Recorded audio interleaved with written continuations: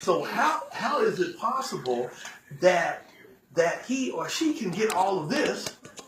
How is it possible that they can be blessed when we're trying to stop them? You understand? When God prepares a table before you in the presence of your enemies, He's giving you all of the resources that you need to overcome any obstacle that your enemy has tried to place in front of you. Any obstacle. It doesn't matter. That's why David could boldly say that. You know, my cup runneth over. Now, a fascinating thing is the last verse in that, verse 6. It says, surely goodness and mercy shall follow me all the days of my life. Hold on. I'll finish the rest of it. But first I want to talk about this thing called goodness and mercy. Mm-hmm. The word follow does not mean to lag behind you. In the original Hebrew language that David spoke in, the word follow means that whatever it is, it's on a hunt. To hunt you down and to overtake you. Just like a lion is trying to overtake that deer or that antelope. Yeah. God's goodness and mercy is on a hunt to hunt you down and to overcome you. And to consume you. God's goodness and mercy wants to consume you. And that's what a lot of us really do not realize. Okay, when we read these things, we really don't understand how deep that this is going, and how deep that God is trying to let us know something. His love for us. Because His love for us is so awesome.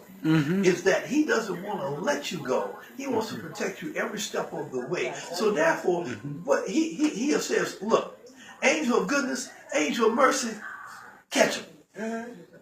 Go get him. It's just like me telling my pit bull, sick him, and he gonna get you. He gonna get you. Goodness Right away, and mercy, ASAP. they gonna get you. Okay. Yeah.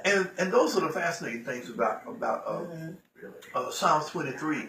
But also in Psalm 23, David used some unique words in the original Hebrew. He actually used some of those words that we use all the time.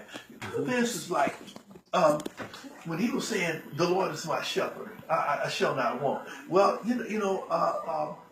Jehovah Rapha, Jehovah Nisi, Jehovah Shammah. This is what David was actually saying, because God is my protector.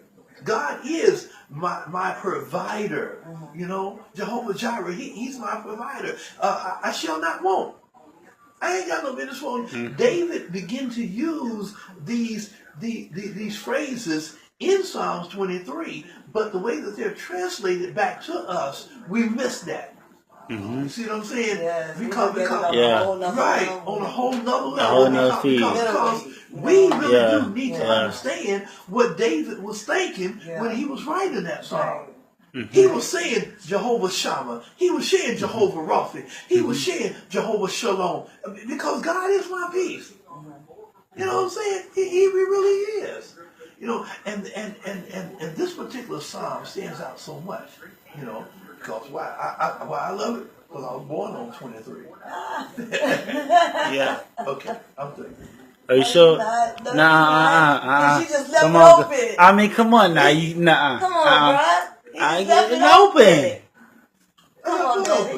Come on, Daddy. You can't leave it. You can't leave it. You can't stop it. Yeah, you can't. But, okay. Prepare our table. Yeah.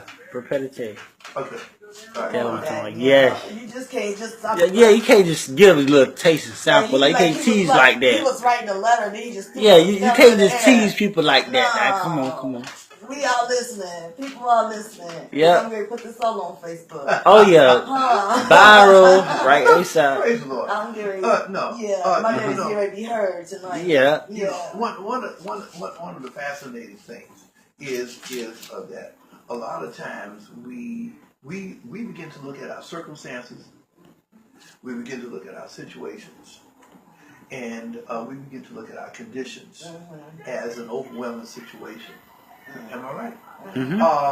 For instance, like if somebody is sick, maybe they have leukemia, maybe they have some other form of cancer. They think it's the last state. I'm through with it. Well, now we know that a God heals people every now and then and all that other good stuff. Okay, every now and then. All right. Cool. I ain't got no problem with that. Yes.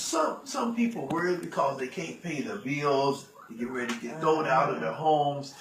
They don't have a job. They at their wits' end. They don't know what to do.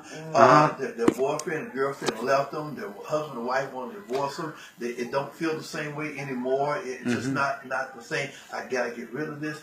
And whatever else that is presented in front of us. God, in Psalms 23, he's actually telling us, look, I want to be the God of your situation. I want to be God of your circumstance. I want to be God of your condition. But instead of us understanding that there is a table that is prepared for us in the presence of our enemies, in the presence of that confusion, in the presence of that chaos, what we will do is that we will overlook the table that he set for us. He will overlook the provision, the sustenance that we need to overcome, and we will continue to concentrate on the problem instead of the problem solver. Oh yeah, true, true. And that's a big problem with God. Okay, Jesus said over there in the book of Revelation, he said, "I will never leave you nor forsake you." Now, yeah, that's real now. If we have this awesome power that saved us from our sinful nature, Amen, is now saying, while he's seated up there on the right hand of majesty, and he's saying, "I will never leave you nor forsake you." In my utmost time of need, when I needed somebody, nobody was there. In your utmost time of need, nobody was there. Now, if it had been nice for somebody to say it, "I won't forsake you. I will always be there for you." Now, yeah, that light is kind of bright. I appreciate the light, but it's kind of bright. That's your spotlight. That's a spotlight right there. No, that's the spotlight. Yeah, spotlight right there. Yeah. Okay, now so shine, Daddy, shine. What ends up happening is that we begin to tell God. Now, this is what our actions do. Our actions begin to tell God, I don't think that you're big enough to help me in this situation. That's what we begin to do. Because our problem is too big for God. He can't solve my marital problems. He can't solve my health problems. He can't solve my financial problems. So let me deal with them. I'm going to see if I can fix this. That's what we begin to do. Now, God cannot set that table in the presence of my enemies for me if I'm not willing to say, "Well, God, I need your help with this." You see, I have to realize that my resources are short. I have to realize that I don't have enough to feed myself because I'm not strong enough yet to combat whatever is in front of me. I have to have some kind of energy. I have to have some kind of help. Some kind of source coming into me that's going to strengthen me, to empower me to endure this, what I got to face right now. Now, if I'm walking through the valley of the shadow of death, if I'm walking through it, that means that I'm going somewhere. I don't live in the valley. No. I'm just going through it. But since I'm in the presence of my enemies, he's given me the resources that I have to where